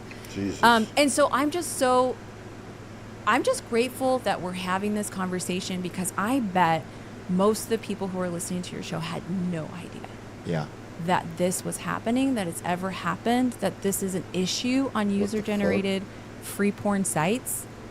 And And they So keep it important. up because it's content, right? Like you're saying, Yeah, the like- more content, Yes, content is king. right? They don't want to remove content because that's how they have inventory. So here's another like egregious example of how they did this was so there's one case that I talk about in my book where there was a case of a clearly prepubescent child who is being anally raped in a my video, God. and I she don't is wanna hear being about tortured. The tags Ugh. on the video, so the the titles and tags were describing her abuse, that she was young, that she was being Ugh. tortured, all of this. And we reported the Ugh, video. ugh. We tried to get it down. Weeks go by. It's not coming down. Video view counts going up, up, up. We reach out to the FBI. They demand that it comes down. So they connect with the National Center on Missing and Exploited Children, who confirms this is a child. So they demanded the video come down. Okay. And then what they did was they took the video down, but they left that black box up that said removed at the request of the National Center for Missing and Exploited Children, and they left the URL live, the tags, the titles, the views, all of that. And they did that with so many videos. Why would they take the video down but leave all of that up? And it's because it's inventory. It's the it's the Right, URL. it still shows like an ad company that they're going to sell to. It still says, well, we have this many videos. So right? you could search that, We have the right? most Yeah, videos, the right. tags, the titles, like they'll still come up in Google search. Then you'll get to the site. You won't find that particular video, but the algorithm will then direct you to others that are similar, and it will advertise to you, right? You'll get those ad views. The videos that are on Pornhub right now are still unverified, mostly unverified. So that 5.2 million left, they had verified the uploaders, right? But not the individuals in the videos. So that doesn't work because often the abuser is the uploader. And I'll course. give you an example. So there's a man named Rocky Shea Franklin out of Alabama, and he drugged and he overpowered and he raped a 12-year-old boy. And he filmed those assaults and he uploaded 23 of those videos to Pornhub with titles that indicated this was abuse. Like young, it said like Uncle Secret. I mean, I won't say What the the worst things, fuck? but it was clear, right? He was put in prison for 40 years for what he did. Police reached out multiple times to Pornhub to try to get those videos down. They were ignored for 7 months. Those videos stayed online getting hundreds of thousands of views. That boy is suing Pornhub today. So he's one of those many victims suing Pornhub. But Rocky was a verified uploader. He had shown his ID Right. and They know who he is. They know who he is, but they didn't verify clearly, right? Like who's in the video, right? So even today, as of 2024, Pornhub had to produce a report. They sent it into the European, there's a European law called the Digital Services Act. And in 2024, in 4.5 months, they had to take down 3,770 child sexual abuse videos from the site and over 8,000 non-consensual and rape videos from the site. Okay, so But they're having to be legally asked to do this, right? yeah, well, to disclose what they're doing. And today, so we found out they kept deleting content, right? So today they have actually deleted 91% of the entire site. So they went from 56 million pieces of content in 2020 when this started to 5.2 million pieces of content today. And we're not done because they still have unverified content on the site. Right. So yeah, fight's Wow, not over yet. congratulations. But That's fast. I mean, congratulations. what's important is victims receive the justice they need for healing and to be a deterrent to future abusers. Like one of the most important things in the fight against trafficking is not just to rescue victims, right? And to rehabilitate them. That's important, but to prevent it from happening in the future. And how do you prevent it? You have to increase risk and eliminate profitability. You have to make the risk of continued exploitation greater than the benefit that these executives get by maintaining the status quo. And then when you do that and you end impunity for these abusers, you become a deterrent to future abusers. Because Okay, explain that little part to me again. So you want to hold these companies fully accountable to the full extent of the law. To me, that means Pornhub gets shut down. Like we go from 91% to 100%. They do not exist anymore because they have been destroying the lives of countless victims since 2007 when they came online. Yeah. And when that happens, other websites owned by other executives will say, we don't want to end up in that position. Right, it's not So worth let's it. just clean ourselves up because we can make a lot of money on legal content. Right. We don't have to monetize illegal content. We can do this in a way where we're not distributing sexual crime, and they'll do that because they want to avoid losing the credit card companies. They want to avoid litigation. They want to avoid criminal Just greed at a certain point is some type of It's obviously risk. sick. It's risk benefit, right? But a sickness too to Yeah. think that you would be able to know that that's happening, right? Right. And keep going. That's Yeah. it's like what type of sickness exists? You know? I mean it's Yeah. it's almost like a hell. You're like a slave trader of people's like solitude and peace, you know. But no, you know, I don't know. I just Yeah. I can't imagine that. I can't fathom that someone would be like, yeah, this is okay. I'm not gonna that's not gonna be the first thing I'm gonna worry about with my company, right? Yeah. And actually, as of September of 2024, Pornhub, after being criminally charged, right, and have this monitor over their site, they're finally saying that we're going to start verifying the age and consent of those who are in the videos as of September of 2024. However, they still have millions of videos that were uploaded prior to That they that don't know. time. That we- they don't know. That they don't know.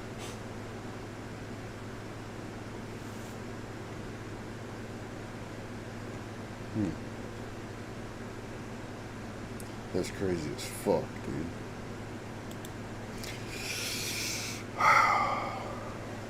Well, I mean, there had to be a dark side to it. I mean, just like with OnlyFans and all that shit, man. Really, with any type of sexual content online, bro, there's always going to be people who are going to abuse it and turn it dark, bro. Like, that's just fucking disgusting, man. I almost... I kind of feel like I want to throw up after watching that. God, that's fucking gross. This is why I don't watch cable. This is why I don't watch the news, bro. Oh my god, that's fucking awful. I gotta find some other shit to watch. You guys got anything we should react to? That, preferably isn't about Pornhub? Oh my god, dude. It's fucking horrible. I really like this guy's channel. I'm gonna subscribe. I like this guy's shit.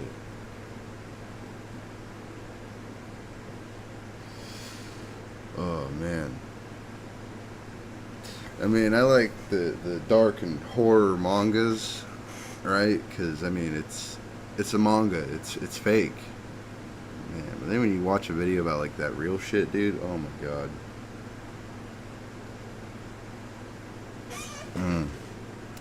I need to click something else, take my mind off that bullshit.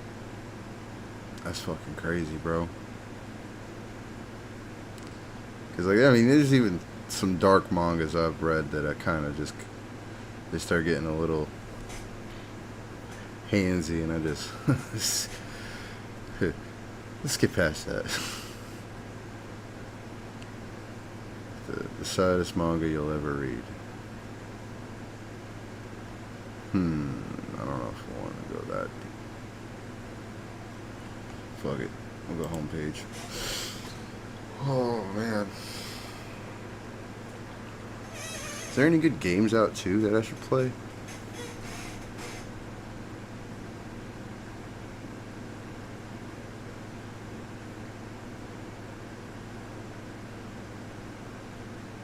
Oh, this is gonna be funny. What is After this guy President gonna Donald talk about? After President Donald Trump paused all funding to USAID, or the United States Agency for International Development, USAID, run by radical lunatics, and we're getting them out.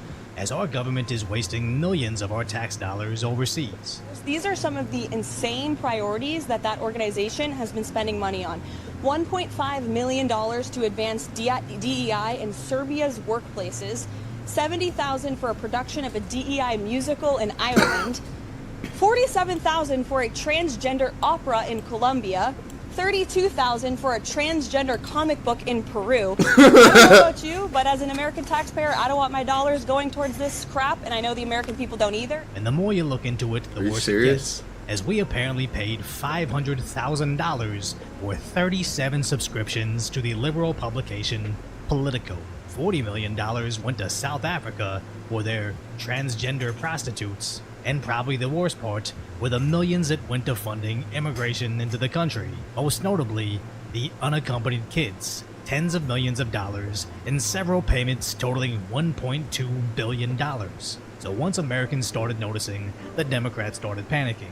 No one elected Elon Musk to nothing. Elon Musk is a Nazi nepo baby. Take your foot off my neck. I have never seen the Democrats so aggressively upset over anything. Not Democrat states getting burnt to. I'm not gonna lie, I don't know anything about politics, bro. That's always like a fucking nut house to me. Were crisp in receiving pennies to rebuild.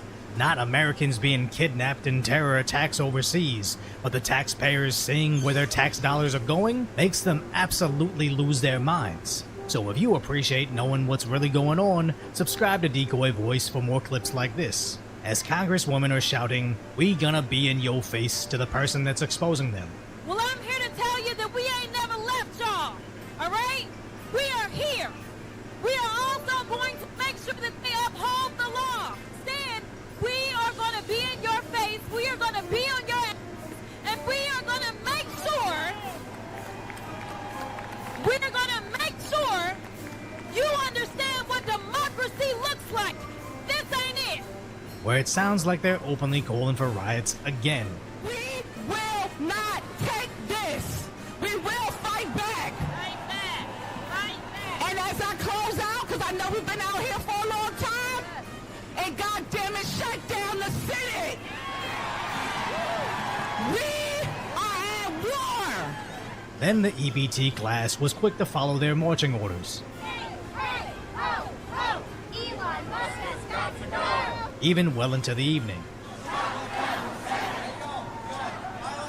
And I keep seeing this sentiment of evil Elon is receiving our tax information, when I'm not really worried that a billionaire and his tech geniuses are going to open up a credit card account in my name.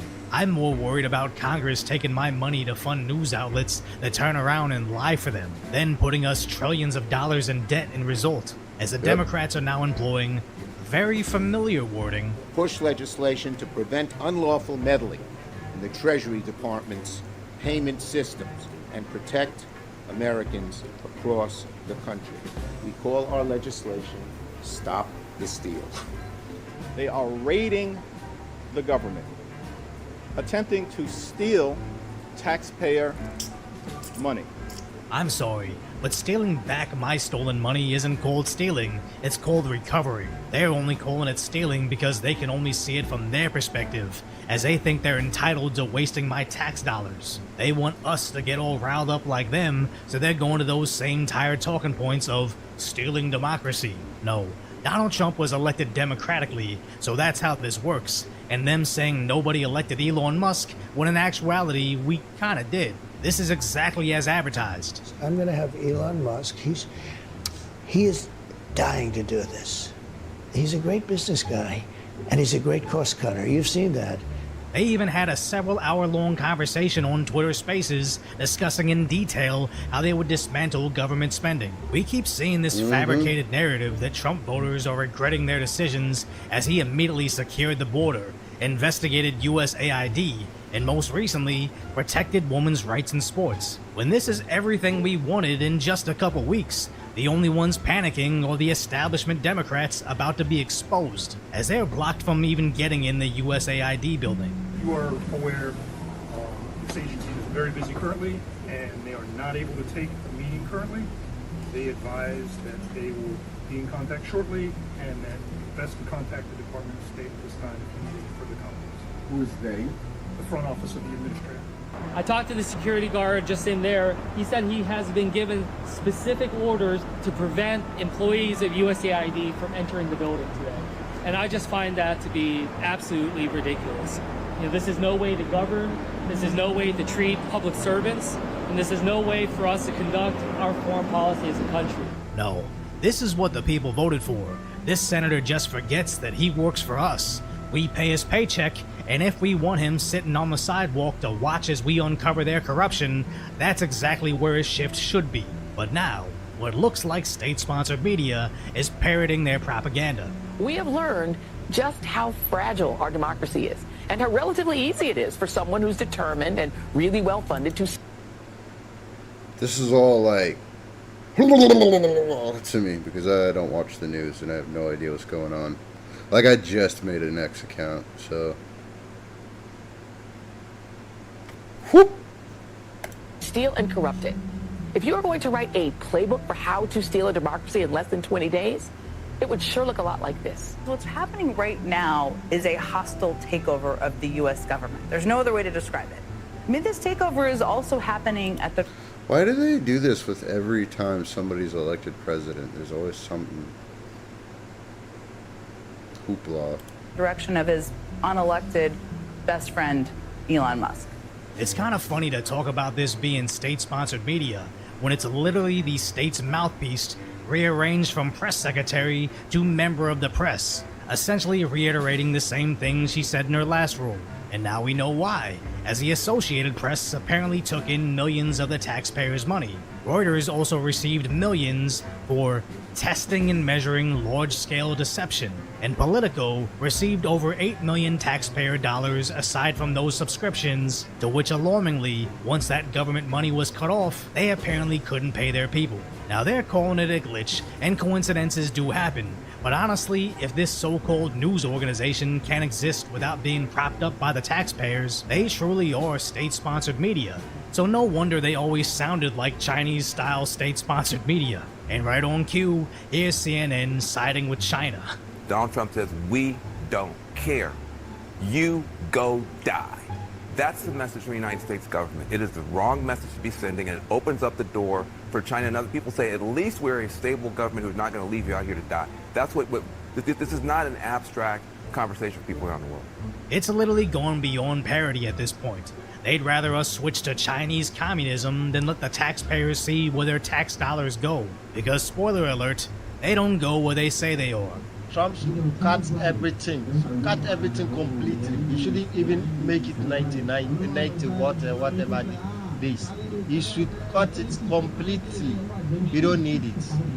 It rather goes to other individuals, but not us. We have depended on US aid for over 60 years, and the moment the owners of the money say, let's take a 90-day pause that I audit where my money is going, suddenly the whole country goes into a frenzy. And this should be a moment of reflection for Uganda and the African continent in general. We have been asking for a very long time to be liberated from colonialism, neo-colonialism, and now that the opportunity presents itself, for some reason, we are complaining. Because let's get something straight. Often the money given to us in foreign aid is lost to corruption, misuse, depleted and overrated salaries to particular individuals, or sometimes we lose billions of money that are unaccounted for. And it's actually eye-opening to see all this going down in real time. Yeah. As a while ago, I hired a guy from Nigeria, and he told me how American aid destroys the local economy. How it's hard for anybody to build something simple as a clothing business when America just drops in a bunch of junk for free. And that's if the aid actually gets there. As I remember him showing me a compilation of Nigerian politicians pretending to faint when being exposed for corruption. And that was a compilation of the constant politicians that steal from the people. And finally, America is getting to the bottom of it. With money going to all sorts of groups that shouldn't deserve to get any money, with the money, I'd like to see what the kickbacks are. How much money has been kicked back? Who would spend that kind of money? So now this is starting to make sense. We won't rest. We won't rest. We won't rest. As every And inch then of they're gonna go to information bed we tonight. received about USAID points to the laundering of our money, and I have a hunch that this is eventually going to lead directly to them. So if you appreciate my concise, lighthearted commentary on how America is finally back, hopefully I've earned your subscription, and we can chat again soon. That was just pure funny. That was just funny. Well, anyways, I got a couple things I gotta do, guys. I gotta get ready. I'll try to stream